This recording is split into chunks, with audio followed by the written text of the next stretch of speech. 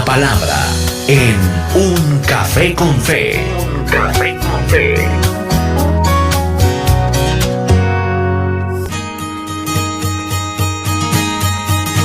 Este es el tiempo de la palabra en el Café con Fe, un tiempo que dedicamos para estudiar la Escritura, para leer la Escritura, instruirnos en la Escritura y lógicamente enriquecernos con la palabra de nuestro Dios. En el Café con Fe, como siempre, una palabra que nos invita a seguir adelante y a caminar en el Señor, que nos instruye y nos ayuda a crecer. Mientras usted se prepara para el inicio de una jornada, mientras degusta un delicioso café, nosotros le acompañamos con palabra. Lógicamente, también nos tomamos un delicioso café. Nosotros vivimos un tiempo donde el relativismo moral y espiritual está llevando a una generación desenfrenadamente hacia dos cosas, que en términos espirituales es el objetivo de nuestro adversario, el enemigo, Satanás, el príncipe de este mundo, o como dice la Escritura también, el príncipe de la potestad del aire. Y él quiere llevar a generaciones, a esta generación en especial, donde vive como nunca antes en la historia de la humanidad un avance impresionante en tecnología cada día. Y lo quiere llevar al pecado y a la destrucción. Si lo lleva al pecado, habrá destrucción. Y ese es el estandarte de la corriente de este mundo que es controlada por Satanás. Entonces el hombre, sin darse cuenta, hablemos del hombre moderno, porque hoy se habla del hombre moderno, en diferentes reportajes, noticias o programas que puede uno ver en la televisión o en los medios, se habla de el hombre moderno. Y se habla del hombre moderno con orgullo. Se habla del hombre moderno presentando al hombre como si todo lo supiera y como si todo lo tuviera controlado, puesto que en la palma de su mano existe la tecnología y conexiones a nivel mundial. Ese es el hombre moderno, el que se siente dueño del mundo. En un análisis realizado hace unos días en los telediarios, en uno de los telediarios de España, se analizaba ese término, el hombre moderno, y le preguntaban a diferentes personalidades, religiosos, políticos, personas o personalidades de farándula reconocidas en el mundo del espectáculo, del cine, la televisión, deportistas, que cómo describían al hombre en la actualidad, y todos llegaban al punto de describirlo como el hombre moderno, como hombres que no tienen obstáculo, barreras, que nada se puede atravesar. Y eso es lo que cree el hombre moderno que vive. Pero los que conocemos de Cristo y los que conocemos de la palabra del Señor, en realidad lo que vemos es ceguera espiritual, ¿verdad? Ceguera espiritual. Y ceguera espiritual porque nosotros vemos, percibimos una rebelión obstinada contra Dios. Es impresionante en términos de noticia, porque no es tan impresionante con las situaciones que describe la Biblia que pueden ocurrir en estos tiempos. Cómo la gente se aglomera en una plaza, en un auditorio, a gritar arengas para que aprueben una ley de aborto en diferentes naciones, en diferentes países. Cómo se reúnen colectivos que van en contra de lo que la palabra de Dios dice para proclamar una supuesta libertad. Eso es lo que ocurre con el mundo moderno. Por eso es que en realidad no es que haya una modernidad, o sea, modernidad existe y avance en tecnología, pero esa modernidad y avance no contribuye con el crecimiento espiritual del hombre moderno, sino que por el contrario, ha hecho que caigan en una ceguera porque hay una obstinada rebelión contra Dios. Entonces ese hombre moderno o esa generación moderna rechaza, ataca, quiere ridiculizar en muchas ocasiones y muchas veces la fe cristiana, sus enseñanzas. No es un misterio que gran parte de el pueblo que se dice ser cristiano ha sido infiltrado por maestros o doctrinas que con mucha sutileza han entrado allí para destruir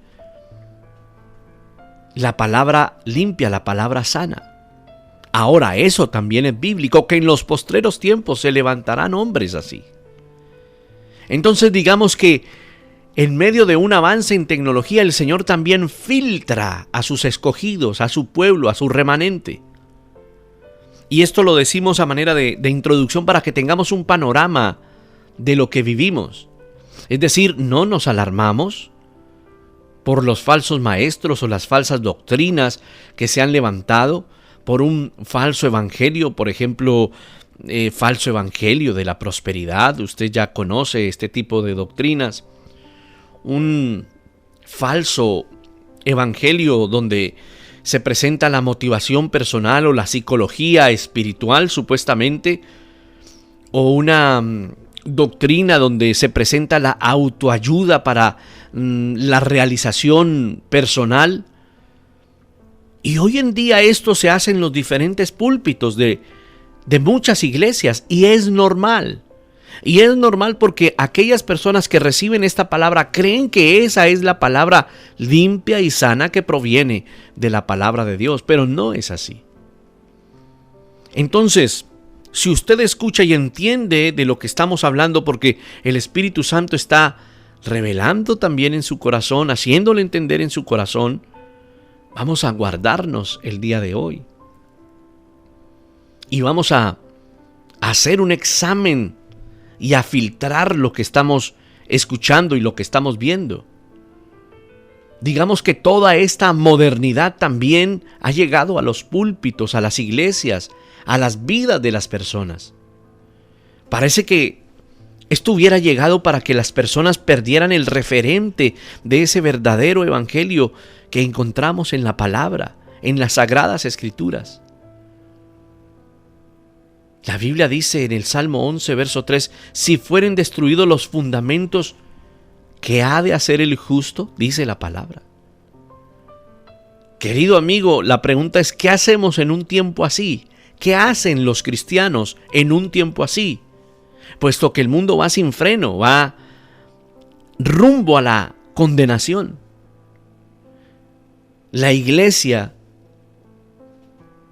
tambalea cada vez más descaradamente hacia la apostasía. Diariamente se ven posturas muy apóstatas en diferentes lugares. Y no estamos juzgando ni señalando, sino que estamos poniendo todo sobre la mesa en contexto para entender cómo estamos, sacar una radiografía y presentarla, como cuando tomas una radiografía y el doctor analiza el sistema óseo o cualquier radiografía y puede determinar qué es lo que ocurre. Hoy podemos estar haciendo una radiografía de lo que ocurre en la iglesia en nuestros tiempos, en este 2022, en un siglo marcado por comunicaciones y en un siglo marcado por un avance apabullante en comunicaciones y en todo lo que tiene que ver con modernidad. Pero si usted se da cuenta, la modernidad está avanzando agigantadamente en todo lo que tiene que ver con comunicaciones. Tan fuerte es el avance que con esta radio nos escuchan desde muchísimos lugares en el mundo. Personas que escuchan y que quizás nunca conoceremos. ¡Qué impresionante! Personas que escuchan desde diferentes ciudades. Ciudades que tal vez nunca conoceremos. Entonces digamos que esta es una radiografía de lo que vemos. Por eso el salmista escribió eso. Pero si los fundamentos son destruidos, ¿qué hace el justo? Esa es la pregunta para nosotros como iglesia. ¿Qué hacemos en un mundo que va sin freno? ¿Qué hacemos en medio de muchas personas de la iglesia que han caído en apostasía? Aquellos que desean ser fieles a Dios son cada vez más estigmatizados, perseguidos por las convicciones. Mire, hoy en día, estimado amigo, cuando hablamos de santidad profunda, muchas personas se alarman y no comparten ese término. Aún ministros, hombres, iglesias donde dicen, no, pero no hay una santidad profunda, no existe. Son tiempos difíciles. El Señor comprende nuestro caminar, comprende lo que se vive. Sí, todo eso es verdad. Pero el Espíritu Santo que habita en el corazón de un creyente nacido de nuevo, ese mismo Espíritu Santo que habita en tu corazón como nacido de nuevo hoy, en este 2022, desarrollando esa obra en el corazón de esa persona en este año, es el mismo Espíritu que desarrolló la obra en los primeros creyentes, en los primeros cristianos. Es decir, la palabra de Dios no cambia, la verdadera palabra de Dios no cambia. Entonces, en estos tiempos y con tantos conflictos espirituales, llamándolos de alguna manera así, la verdad es que se hace indispensable volver a los fundamentos de nuestra fe y conocerlos. Volver a esas sendas antiguas y conocer esas sendas antiguas. De esto hablábamos la semana anterior.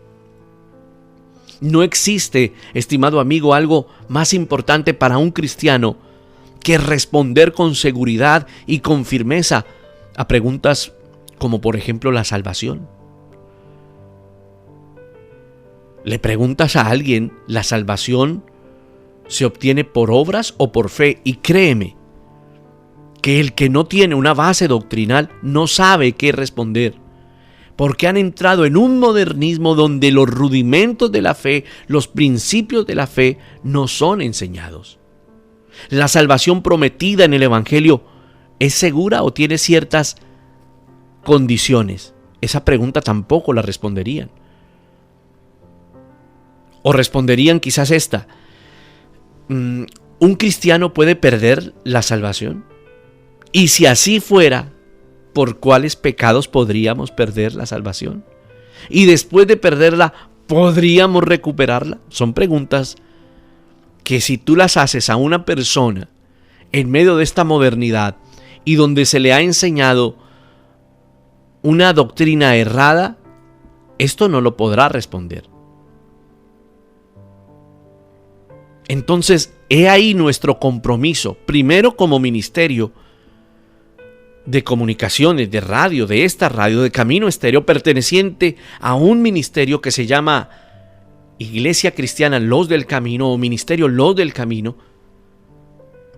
Esa es nuestra preocupación y nuestra misión, presentar una palabra limpia, sana, con la base bíblica correcta.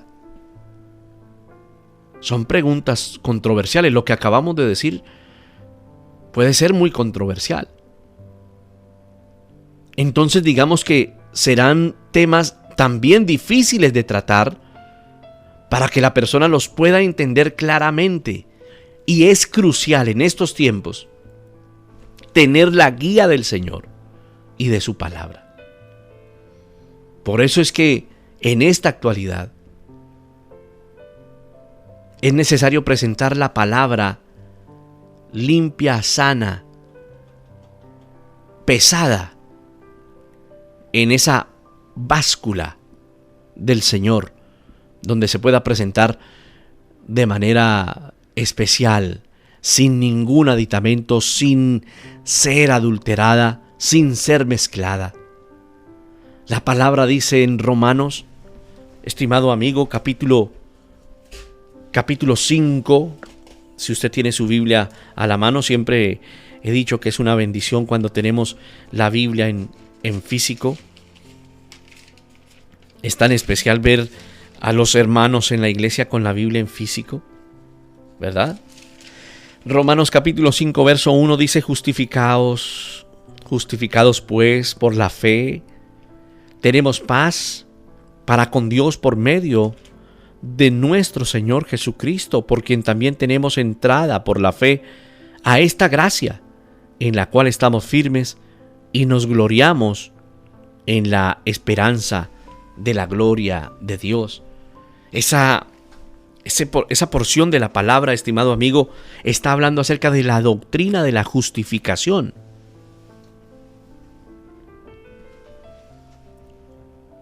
No es ninguna doctrina novedosa o nueva, está en la Escritura, siempre ha estado.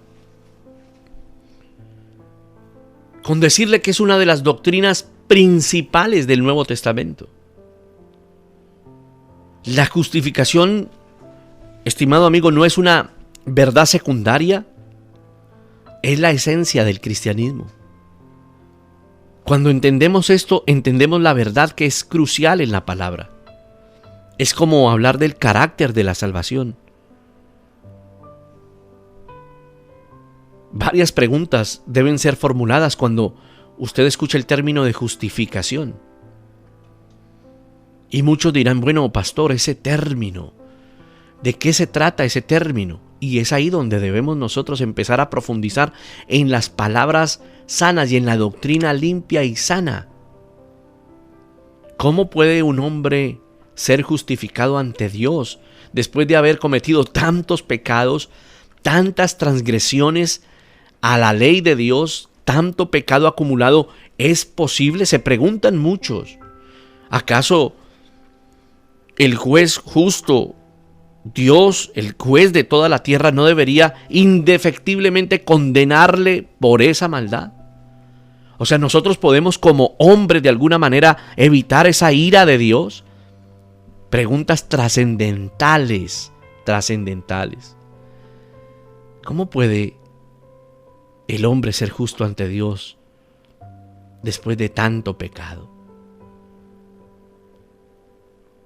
No podemos entregar una respuesta equivocada, tenemos que entregar la respuesta que presenta la Escritura.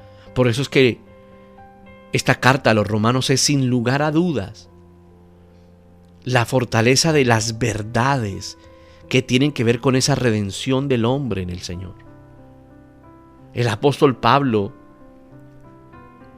en esta carta, en la carta a los romanos, hace una exposición magnífica, elocuente de la salvación por la fe, estableciendo, estimado amigo, lo que él mismo llamaría el Evangelio de Dios, como empieza la carta diciendo en Romanos capítulo 1.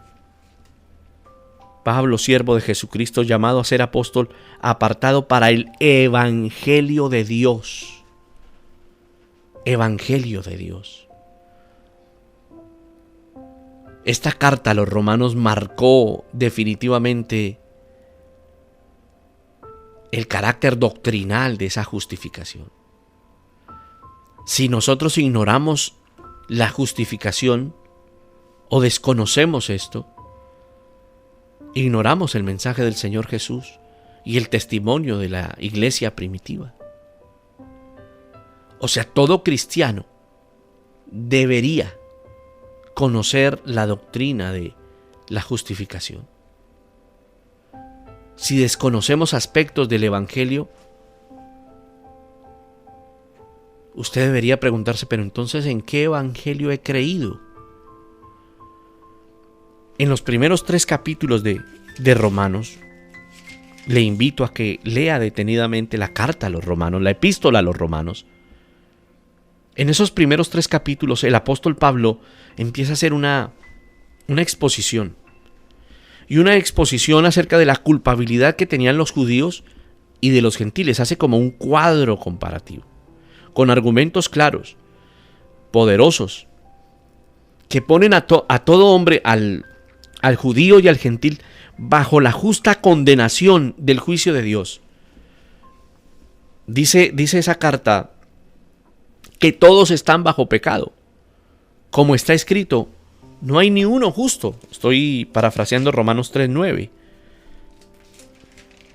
donde estamos haciendo el panorama de esos 3 capítulos que Pablo pone ahí sobre la mesa, el judío, el gentil, para llegar a la conclusión.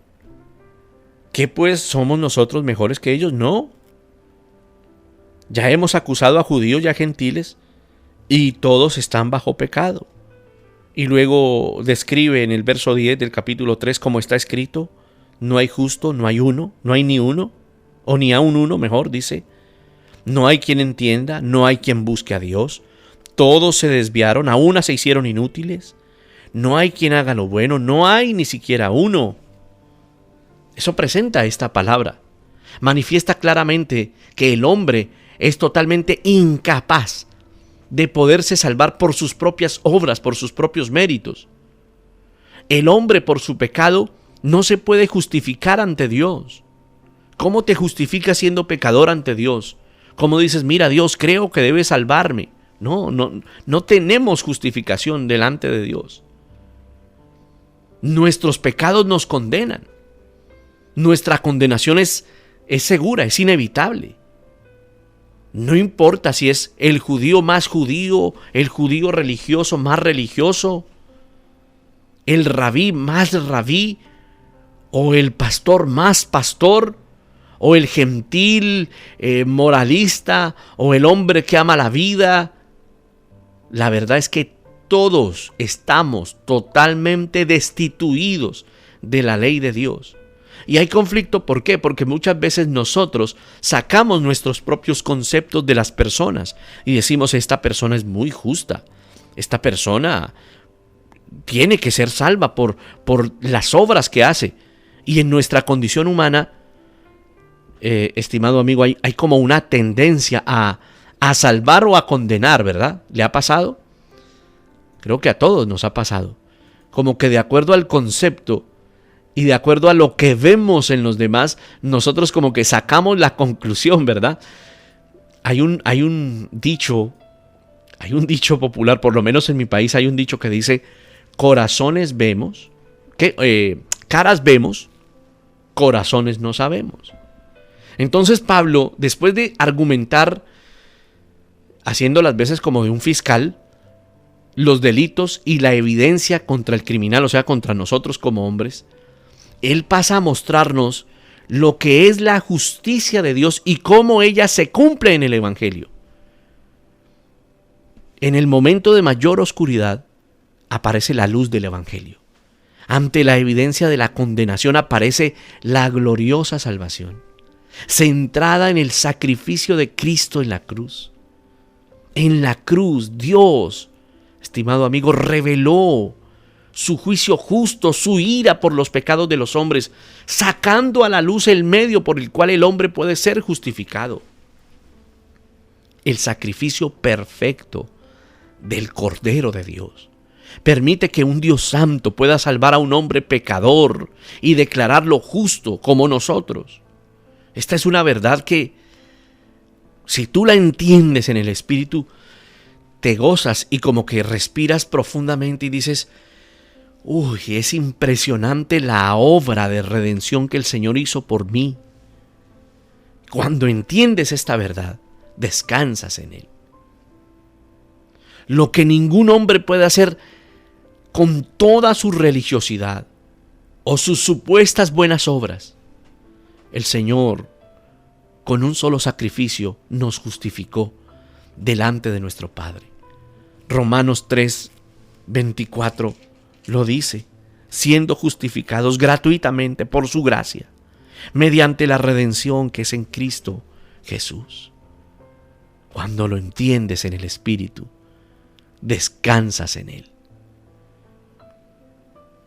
Alguna vez entrevistaban a unos monjes que vivían en el Tíbet, y aún lo hacen, lugares reservados para hombres que quieren alejarse del mundo porque viven en un mundo pecaminoso y quieren hacerlo en su fuerza y se refugian en un gran monasterio y no hablan en el día.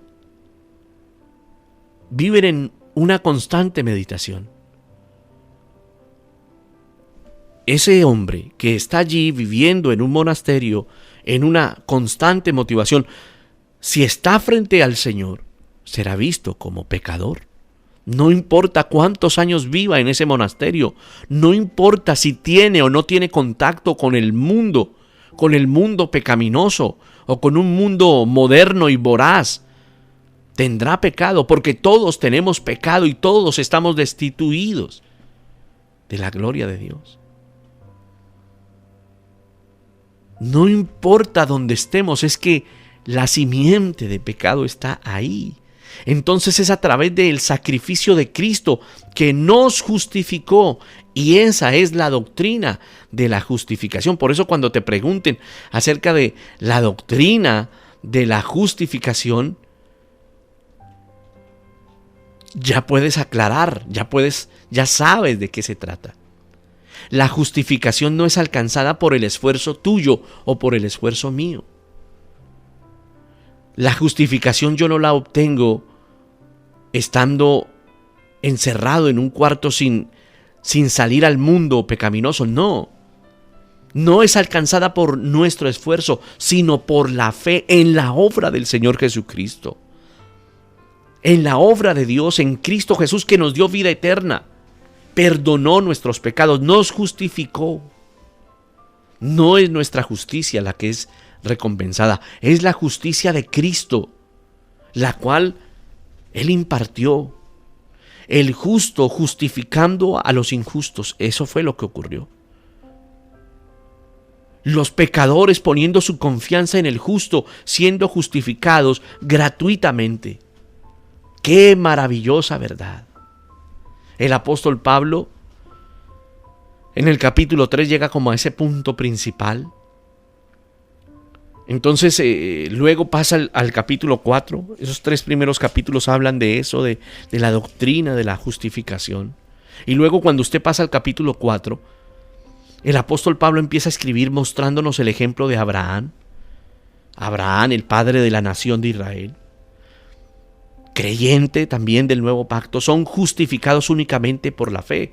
Por eso Romanos 4:16 allá adelante dice: por tanto, es por fe para que sea por gracia, a fin de que la promesa sea firme para toda su descendencia, no solamente para la que es de la ley, sino también para la que es de la fe de Abraham, el cual es padre de todos nosotros. O sea, esa justificación cubrió hasta el mismo Abraham. ¿De qué somos salvos? De la ira de Dios. ¿De qué somos salvos? De la condenación eterna. Esa es la línea de pensamiento que presenta la Escritura.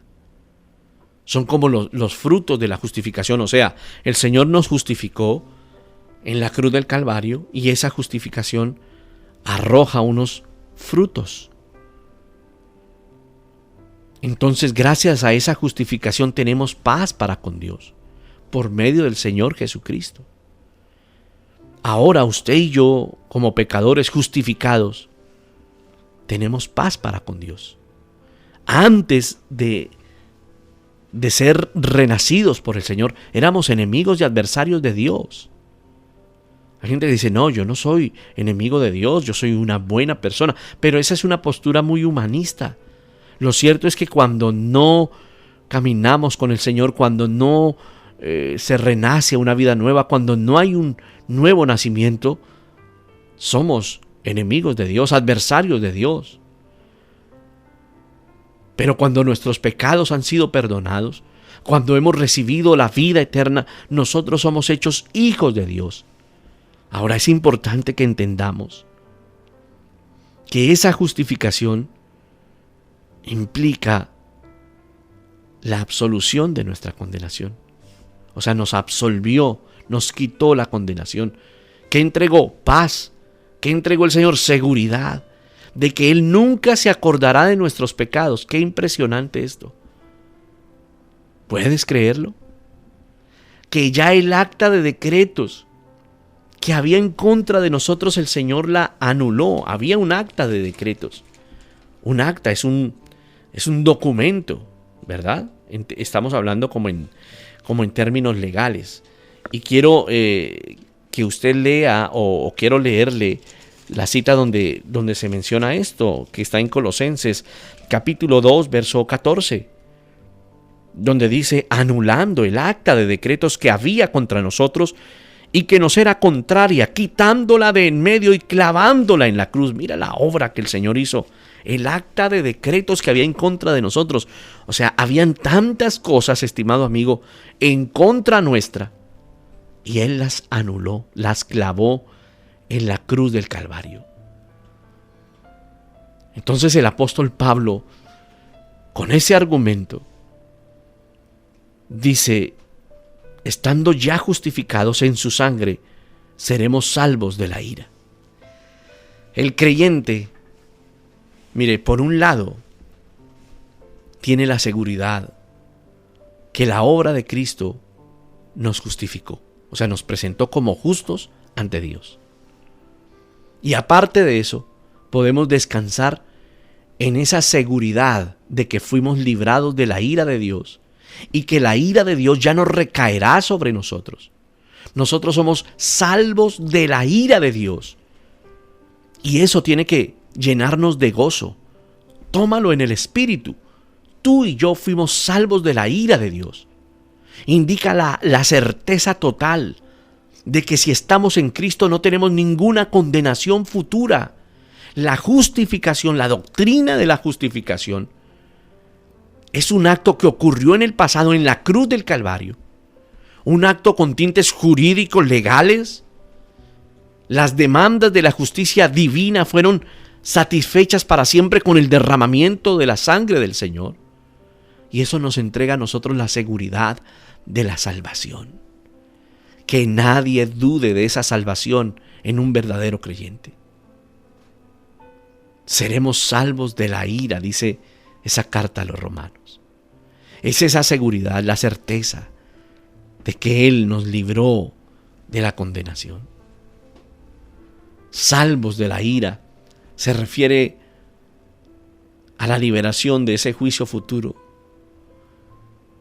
Querido amigo, la salvación está garantizada por la justificación, que es como ese veredicto favorable hacia nosotros.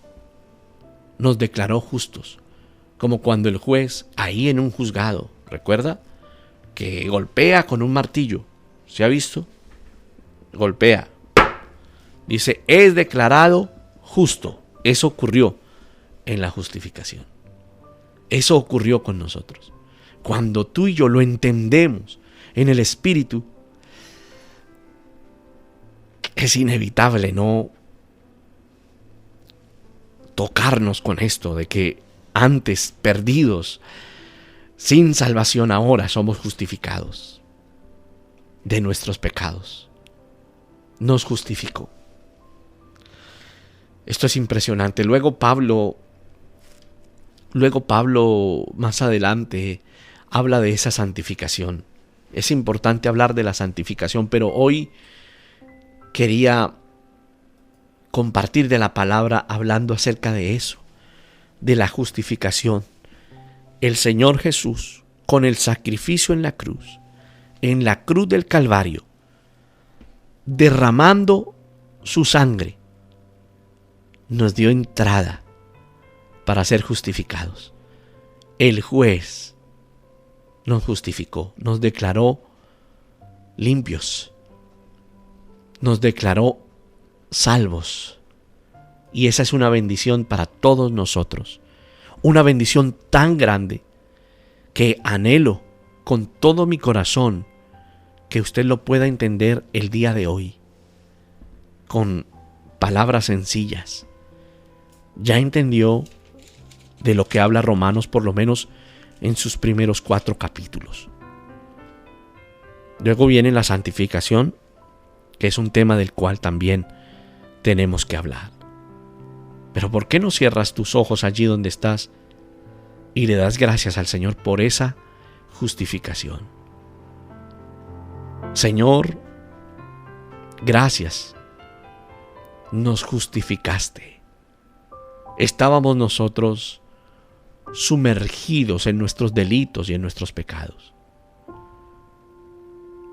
Y en cuanto a la justicia de Dios, merecíamos perdernos. Merecíamos que la ira de Dios cayera sobre nosotros con todo ese peso. Pero el Hijo de Dios se entregó y nos presentó como justos. Y a través del visor de la sangre del Cordero, Dios nos vio teñidos en su sangre. Gracias, Señor. Ayúdanos a valorar la justificación. Que esta palabra sea clara para cada persona el día de hoy. Te damos gracias en el nombre del Padre, del Hijo y del Espíritu Santo. Amén.